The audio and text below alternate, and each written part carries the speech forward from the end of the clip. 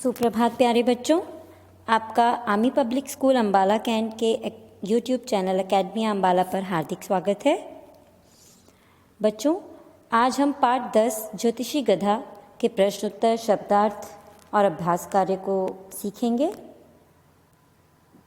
इस वीडियो को देखने के बाद आप बहुत सारे कठिन शब्दों के अर्थ जान जाएंगे, प्रश्नों के सही उत्तर कैसे लिखते हैं यह जान जाएंगे और नए शब्दों का वाक्यों के अनुसार प्रयोग करना जान सकेंगे।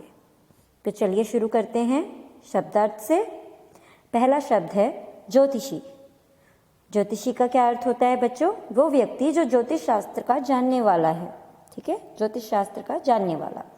सुरक्षित अर्थात जहाँ खतरा ना हो, सेफ। निहारना, गौर से देखना। सहज, सरल, सिंपल।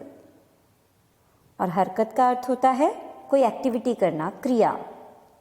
व्यवहार मतलब आचरण, आपका बिहेवियर कैसा है। बुद्ध मतलब मूर्ति, स्टैचू, जो कोई एक्टिविटी ना करे, कोई हरकत ना करे, उसे क्या कहते हैं? मूर्ति, बुद्ध। इंद्रिय, इंद्रिय का क्या मतलब होता है? सेंसेस। तो अगर हम इसको हिंदी में एक्सप्लेन करें, इसका अर्थ होता है शरीर का अवयव। चलिए प्रश्नोत्तर सीखते हैं। अल्फांसो को किस बात का घमंड था? पता है ना आपको, वो बड़ा घमंडी था। और किस बात पे घमंड करता था? कि वो बड़ी सही भविष्यवाणी करता है। तो अल्फांसो को घमंड हो गया था कि उसके समान नक्षत्रों को पढ़कर भविष्य बताने वाला और कोई नहीं था। अल्फांसो को गांव में क्यों रुकना पड़ा? अल्फांसो को फसल कटाने और उसकी देखभाल करने के लिए गांव में रुकना पड़ा।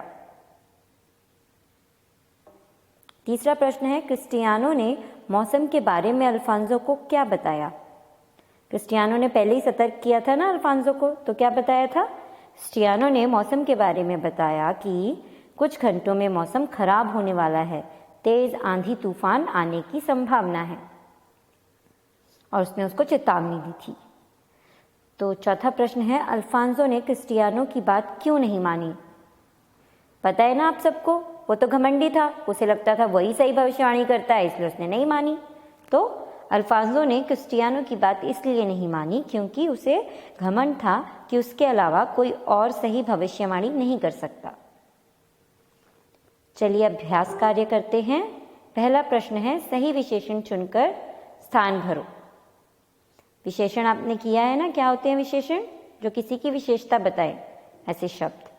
तो आपको यहाँ पर विशेषण शब्द से इन वाक्यों को पूरा करना है।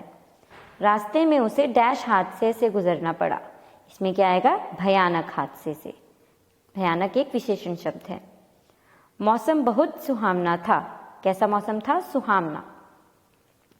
अचानक डैश गति से हवाएं चलने लगी।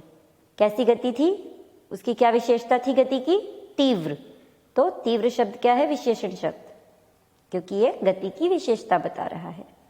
सब लोग कोई डैश स्थान ढूंढने लगे। कैसा स्थान ढूंढ रहे हैं? सुरक्षित स्थान। ठीक है, तो सुरक्षित भी क्या हो गया? विशेषण शब्द है। तो इससे ये वाक्य मीनिंगफुल बनता है, अर्थपूर्ण बनता है।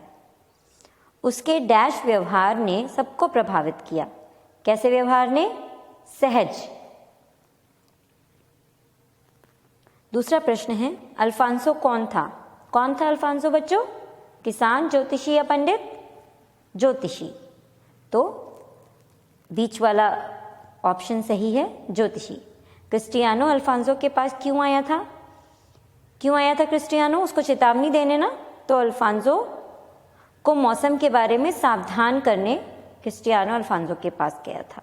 तो इसमें तीसरा ऑप्शन आपका सही ऑप्शन है, इसके आगे टिक लगाएंगे।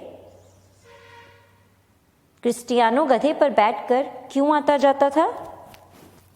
क्यों भाई? वो आलसी था क्या बच्चों? नहीं। तो क्या इसका सही विकल्प है? पाँव में खराबी के कारण वह चल फिर नहीं सकता था, इसलिए वो गधे का इस्तेमाल करता था। उसे गधा पसंद था या गधा एक अच्छी ज्योतिषी था, इनमें से कोई रीजन नहीं है इसका। बीच वाला आंसर सही ऑप्शन है। अब दूसरा प्रश्न है, शुद्ध वाक्य के सामने सही चिन्ह लगाइए। आपको वाक्यों को, इसमें हर वाक्य को पढ़ के देखना है कि आपको कौन सा वाक्य ज़्यादा सही लग रहा है व्याकरण की दृष्टि से और उसके अर्थ की दृष्टि से। जैसे कि अब पहले में देखिए, पहला वाक्य है अल्फांसो अपना गांव गया, गलत लग रहा है गया, है ना, अपना गांव कैसे आएगा।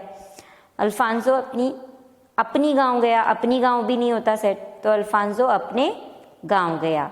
ठीक है, यहाँ पर थर्ड ऑप्शन सही है। उसने दूरबीन से आकाश को में निहारा, दूसरा है उसने दूरबीन से आकाश को निहारा, तो बीच वाला ऑप्शन सही ऑप्शन है। तीसरा है बाढ़ में उसकी सारी फसल बह गई, तीसरा ऑप्शन सही ऑप्शन है, बाकी दोनों गलत। फिर मक्का की फसल अभी अभी कटी थी, ये बिल्कुल शुद्ध वाक्य है, बाकी दोनों वाक्य अशुद्ध हैं। तो बच्चों धन्यवाद, आपका दिन शुभ हो।